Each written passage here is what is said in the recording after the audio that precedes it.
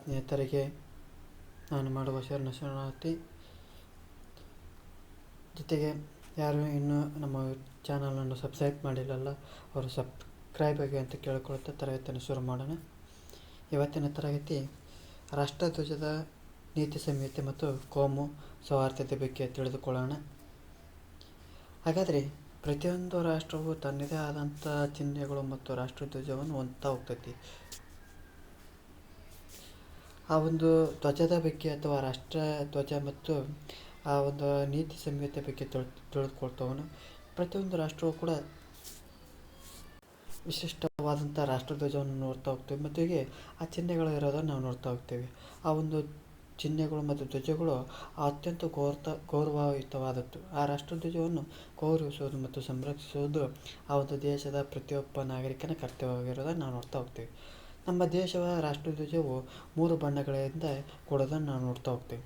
ಇದನ್ನು ತ್ರಿರಂಗ ಅಂತಂದು ಕರಿತಾ ಹೋಗ್ತೇವೆ. ಯಾಕಪ್ಪ ತ್ರಿರಂಗದಿಂದ 3 ಬಣ್ಣಗಳಿಂದ ಕೂಡಿರುವಂಥದ್ದನ್ನು ತ್ರಿರಂಗ ಅಂತಂದು ಕರಿತಾ ಹೋಗ್ತೇವೆ. ಹಾಗಾದರೆ ನಮ್ಮ ರಾಷ್ಟ್ರಧ್ವಜವನ್ನು ಯಾವಾಗ ಅಂಗೀಕಾರ ಮಾಡ್ತಾ ಹೋಗ್ತಾರಪ್ಪ ಅಂದ್ರೆ 1947 ಜುಲೈ 22ರಂದು ರಾಜ್ಯಾಂಗ ರಚನಾ ಸಭೆಯಲ್ಲಿ ಅಂಗೀಕಾರ ಮಾಡ್ತಾ ಹೋಗ್ತಾರೆ. ಹಾಗಾದರೆ ರಾಷ್ಟ್ರಧ್ವಜದಲ್ಲಿ ನೋಡ್ತಾ ಹೋಗ್ತೀವಿ ಯಾವ ಬಣ್ಣಗಳನ್ನ ನೋಡ್ತಾ ಹೋಗ್ತೀವಪ್ಪ ಅಂದ್ರೆ ಕೇಸರಿ, ಬಿಳಿ, ಹಸಿರು ಬಣ್ಣಗಳನ್ನ ನಾವು ನೋಡ್ತಾ ಹೋಗ್ತೀವಿ. ಜೊತೆಗೆ ಆ ಬಿಳಿಯ ಮಧ್ಯದಲ್ಲಿ ಆ ನಡುವೆ ಕೊಡು ನೀಲಿ ಬಣ್ಣದ ಅಶೋಕನ ಒಂದು ಚಕ್ರ ಇರೋದನ್ನು ನಾವು ನೋಡ್ತಾ ಹೋಗ್ತೇವೆ. ಆ ಚಕ್ರದಲ್ಲಿ ಎಷ್ಟು ಗೆರೆಗಳು ಇದಾವಪ್ಪ ಅಂದ್ರೆ 24 ಗೆರೆಗಳು ಇರೋದನ್ನು ನಾವು ನೋಡ್ತಾ ಹೋಗ್ತೇವೆ. ಆದರೆ ಆ 24 ಗೆರೆಗಳು ಏನನ್ನು ಸೂಚಿಸ್ತವಪ್ಪ ಅಂದ್ರೆ ದಿನದ 24 ಗಂಟೆಗಳು ಇರೋದನ್ನು ನಾವು ಸೂಚಿಸ್ತಾ ಹೋಗ್ತೇವೆ.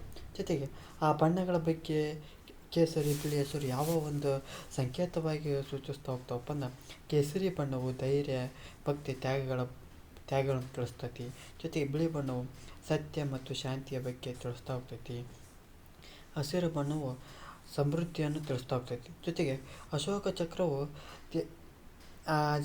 ಚಕ್ರವು ದೇಶದ ಒಂದು ಜನಸಾಮಾನ್ಯ ಆಶೋತ್ತರಗಳನ್ನು ಪೂರೈಸುವ ಪ್ರಗತಿಯ ದ್ಯೋತಕವಾಗಿರೋದನ್ನು ನಾವು ನೋಡ್ತಾ ಹೋಗ್ತೀವಿ. ಜೊತೆಗೆ ಈ ಒಂದು ಚಕ್ರವು ನಿಲ್ಲದೆ ಸದಾ ಚಲಿಸುವಂಥ ರೀತಿಯಲ್ಲಿ ನಾವು ನೋಡ್ತಾ ಹೋಗ್ತೇವೆ. ಈ ಕಾರಣಕ್ಕಾಗಿ ನಮ್ಮ ಒಂದು ಸ್ವತಂತ್ರ ಭಾರತದಲ್ಲಿ ಈ ಒಂದು ಚಕ್ರವನ್ನು ಸೇರಿಸ್ತಾ ಹೋಗ್ತೀವಿ. ಜೊತೆಗೆ ಈ ಒಂದು ಚಕ್ರವು ಎಲ್ಲಿ ಕಂಡು ಬರ್ತದಪ್ಪ ಅಂದ್ರೆ ಸಾರನಾಥದ ಅಶೋಕ ಸ್ತಂಭದಿಂದ ಈ ಒಂದು ಚಕ್ರವನ್ನು ಆಯ್ಕೆ ಮಾಡ್ತಾ ಹೋಗ್ತೀವಿ. ಜೊತೆಗೆ ಆ ಒಂದು ಧ್ವಜ ನಮ್ಮ ಈ ಒಂದು ಧ್ವಜದ ಬಗ್ಗೆ ತಿಳ್ಕೊಳ್ತಾ ಹೋದ್ವಿ. ನಮ್ಮ ಧ್ವಜದಲ್ಲಿ ಕೇಸರಿ, ಬಿಳಿ, ಹಸಿರು ಬಣ್ಣ ನೋಡ್ತಾ ಹೋಗ್ತೇವೆ. ಆ ಒಂದು ಧ್ವಜವು ಯಾವ ಬಟ್ಟೆಯಿಂದ ತಯಾರಿಸ್ತಾವಪ್ಪ ಅಂದ್ರೆ ಹತ್ತಿ ಬಟ್ಟೆಯಿಂದ ತಯಾರಿಸ್ತಾ ಹೋಗ್ತೇವೆ. ಜೊತೆಗೆ ಖಾದಿ ಬಟ್ಟೆಯನ್ನು ಉಪಯೋಗಿಸ್ಬೇಕಂತ ಹೇಳ್ತಾ ಹೋಗ್ತಾರೆ. ಜೊತೆಗೆ ಈ ಒಂದು ಧ್ವಜದ ಪ್ರಮಾಣ ಯಾವ ಒಂದು ಅನುಪಾತದಲ್ಲಿ ಇರಬೇಕಪ್ಪ 3:2 ಅನುಪಾತದಲ್ಲಿ ಇರಬೇಕಂತ ಹೇಳ್ತಾ ಹೋಗ್ತಾರೆ. ಜೊತೆಗೆ ರಾಷ್ಟ್ರಧ್ವಜವನ್ನು ಹಾರಿಸಿದ ತಕ್ಷಣ ಗೌರವವಂದನೆಯನ್ನು ಸೂಚಿಸಿ ರಾಷ್ಟ್ರಗೀತೆಯನ್ನು ಹಾಡಬೇಕಂತ ಈ ಒಂದು ನಮ್ಮ ರಾಷ್ಟ್ರಧ್ವಜದ ಒಂದು ನೀತಿ ಸಂಹಿತೆ ಬಗ್ಗೆ ಹೇಳ್ತಾ ಹೋಗ್ತಾರೆ. ಜೊತೆಗೆ ಈ ಒಂದು ರಾಷ್ಟ್ರಧ್ವಜವು ಹಾರಿಸುವ ಕ್ರಮ ಅಥವಾ ಹಾರಿಸುವ ಪದ್ಧತಿ ಯಾವ ರೀತಿ ಇರಬೇಕಪ್ಪ ಅಂದ್ರೆ ಗೌರವಯುತವಾದಂಥ ಮತ್ತು ಎಲ್ಲರಿಗೆ ಕಾಣುವಂಥ ಸ್ಥಳದಲ್ಲಿ ಧ್ವಜವನ್ನು ಹಾರಿಸಬೇಕು. ಜೊತೆಗೆ ಆ ಧ್ವಜವನ್ನು ಏರಿಸುವಾಗ ಚುರುಕಾಗಿ, ಇಳಿಸುವಾಗ ನಿಧಾನವಾಗಿ, ವಿಧಿವತ್ತವಾಗಿ ನೆರವೇರಿಸಬೇಕಾದನ್ನು ನಾವು ನೋಡ್ತಾ ಹೋಗ್ತೀವಿ. ಜೊತೆಗೆ ಯಾವಾಗಲೂ ಕೇಸರಿ ಬಣ್ಣ ಮೇಲ್ಮುಖವಾಗಿ ಮತ್ತು ಹಸಿರು ಬಣ್ಣವು ಕೆಳಮುಖವಾಗಿ ಇರೋದನ್ನು ಹೇಳ್ತಾ ಹೋಗ್ತಾರೆ. ಜೊತೆಗೆ ಆ ಒಂದು ರಾಷ್ಟ್ರಧ್ವಜದಲ್ಲಿ ಏನೇನು ಪ್ರದರ್ಶನ ಮಾಡ್ತಾ ಹೋಗ್ತಾವಪ್ಪ ಅಂದ್ರೆ ಮತ್ತು ಆ ಪ್ರದರ್ಶನದಲ್ಲಿ ಏನು ಮುಖ್ಯವಾಗಿ ಗಮನಿಸಬೇಕಪ್ಪ ಅಂದ್ರೆ ಆ ಒಂದು ಧ್ವಜವು ಹರಿದಿರಬಾರ್ದು ಮತ್ತು ಕೊಳೆ ಆಗಿರಬಾರ್ದು ಮತ್ತು ಬಣ್ಣ ಹೋಗಿರಬಾರ್ದು ಮತ್ತು ಸುಕ್ಕುಗಟ್ಟಿರಬಾರ್ದು. ಆ ಧ್ವಜವನ್ನು ಪ್ರದರ್ಶಿಸಬಾರ್ದು ಅಂತ ಹೇಳ್ತಾ ಹೋಗ್ತಾರೆ. ಜೊತೆಗೆ ರಾಷ್ಟ್ರಧ್ವಜಕ್ಕಿಂತ ಮೇಲೆ ಅಥವಾ ಅಕ್ಕಪಕ್ಕದಲ್ಲಿ ಇನ್ಯಾವುದೇ ಅಲಂಕಾರಿಕ ಬಾವುಟಗಳನ್ನು ಪ್ರದರ್ಶನ ಮಾಡಬಾರ್ದು ಅಂತ ಹೇಳ್ತಾ ಹೋಗ್ತಾರೆ. ಆ ರಾಷ್ಟ್ರಧ್ವಜವನ್ನು ತೋರಣ ಅಥವಾ ಅಲಂಕಾರಕ್ಕಾಗಿ ಉಪಯೋಗಿಸಂಗಿಲ್ಲ. ಈ ಧ್ವಜವನ್ನು ಏನು ಮಾಡ್ತಪ್ಪ ಅಂದ್ರೆ ಒಂದು ಅಲಂಕಾರಕ್ಕಾಗಿ ಅಥವಾ ತೋರಣಕ್ಕಾಗಿ ಉಪಯೋಗಿಸಂಗಿಲ್ಲ. ಜೊತೆಗೆ ಧ್ವಜವನ್ನು ತಲೆ ಕೆಳಗಾಗಿ ಹಾರಿಸಬಾರ್ದು. ಅಂದ್ರೆ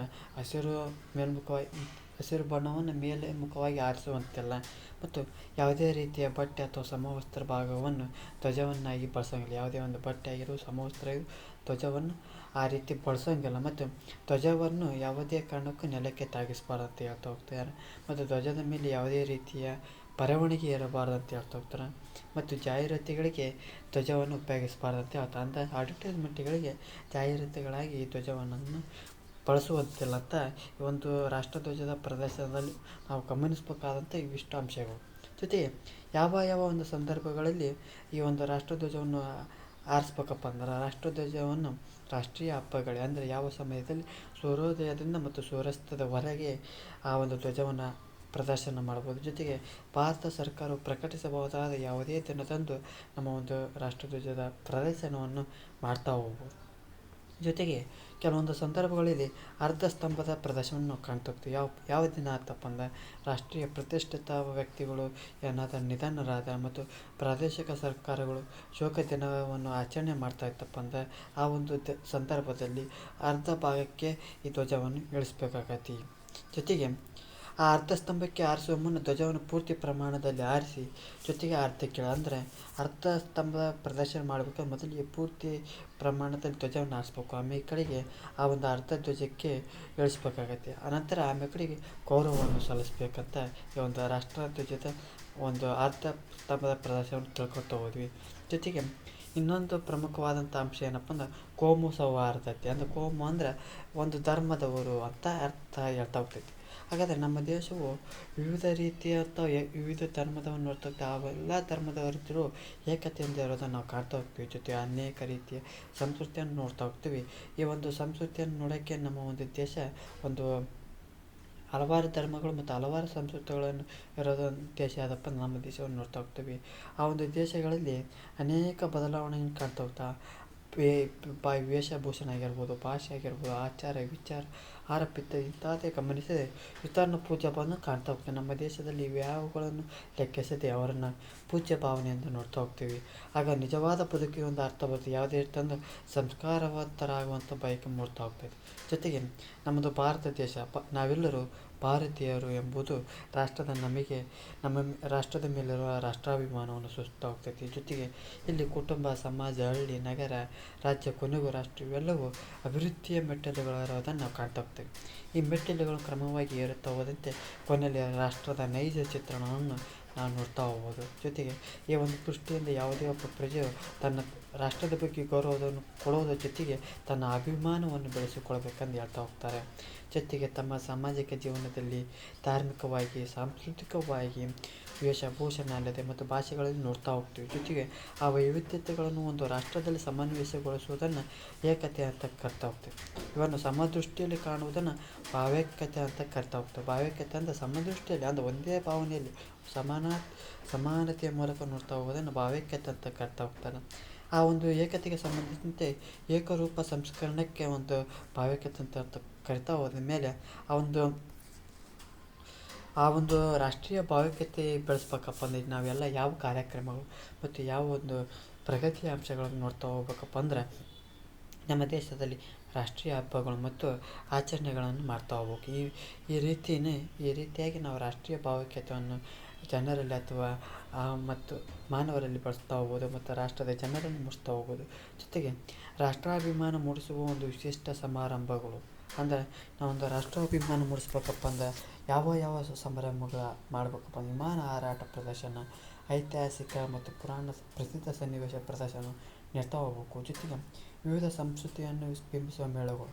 ನಮ್ಮ ದೇಶ ಅನೇಕ ಸಂಸ್ಕೃತಿಗಳು ಇರೋದನ್ನು ನಾನು ನೋಡ್ತಾ ಆ ಒಂದು ಸಂಸ್ಕೃತಿಯನ್ನು ಆ ಪ್ರದರ್ಶನ ಮಾಡ್ತಾ ಹೋಗ್ಬೇಕು. ಮತ್ತು ಶೌರ್ಯ, ವೀರಘೋಷಣೆಗಳು, ವೇಷಭೂಷಣಗಳ ಪ್ರದರ್ಶನ, ಸ್ಥಿರ ಚಿತ್ರಣಗಳ ಮೆರವಣಿಗೆ.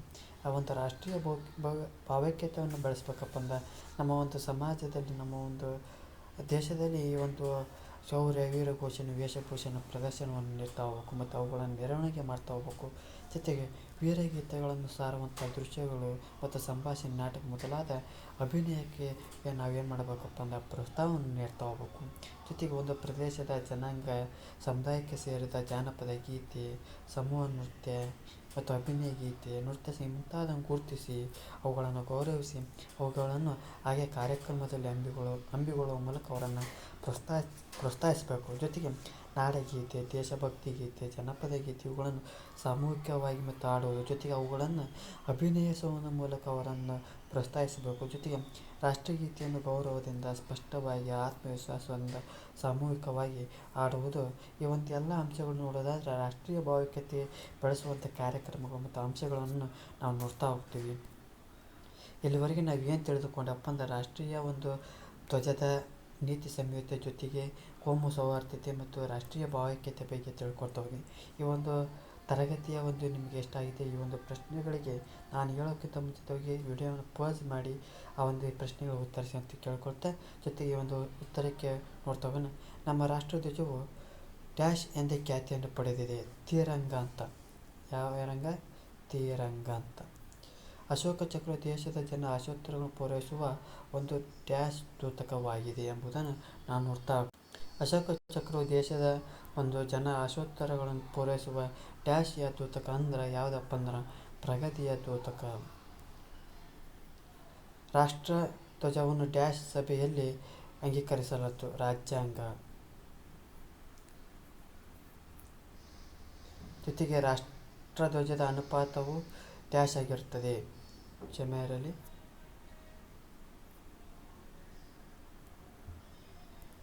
ರಾಷ್ಟ್ರಧ್ವಜದ ಅನುಪಾತವು ಡ್ಯಾಶ್ ಆಗಿರುತ್ತದೆ 3:2. ಜೊತೆಗೆ ರಾಷ್ಟ್ರಧ್ವಜ ಹೊಂದಿರುವ ಬಣ್ಣಗಳು ಎಷ್ಟಪ್ಪ ಅಂದ್ರೆ 3: ಕೇಸರಿ, ಬಿಳಿ, ಹಸಿರು. ರಾಷ್ಟ್ರಧ್ವಜವನ್ನು ಅಂಗೀಕರಿಸಿದ ವರ್ಷ ಯಾವುದು ಮತ್ತು ಅಶೋಕ ಚಕ್ರದಲ್ಲಿರುವ ಗೆರೆಗಳ ಸಂಖ್ಯೆಯನ್ನು ಇವೆರಡು ಪ್ರಶ್ನೆಗಳಿಗೆ ಕಮೆಂಟ್ ಬಾಕ್ಸ್ನಲ್ಲಿ ತಿಳಿಸಿ. ಈ ಒಂದು ವಿಡಿಯೋ ಇಷ್ಟವಾಗಿದ್ದರೆ ತಪ್ಪದೇ ಒಂದು ಲೈಕ್ ಮಾಡಿ ಅಂತ ಕೇಳಿಕೊಳ್ಳುತ್ತಾ ಈ ವಿಡಿಯೋವನ್ನು ಪೂರ್ಣಗೊಳಿಸ್ತೇನೆ. ಜೊತೆಗೆ ನಮ್ಮ ಒಂದು ಯೂಟ್ಯೂಬ್ ಚಾನಲನ್ನು ಸಬ್ಸ್ಕ್ರೈಬ್ ಆಗಿ ಅಂತ ಕೇಳಿಕೊಳ್ಳುತ್ತಾ ದಿನನಿತ್ಯ ತರಗತಿಗಳಿಗೆ ತಪ್ಪದೇ ಹಾಜರಾಗಿ ಅಂತ ಕೇಳಿಕೊಳ್ಳುತ್ತಾ ಎಲ್ಲರಿಗೂ ಧನ್ಯವಾದಗಳು. ಮುಂದಿನ ಒಂದು ವಿಡಿಯೋದಲ್ಲಿ ಸಿಗೋಣ.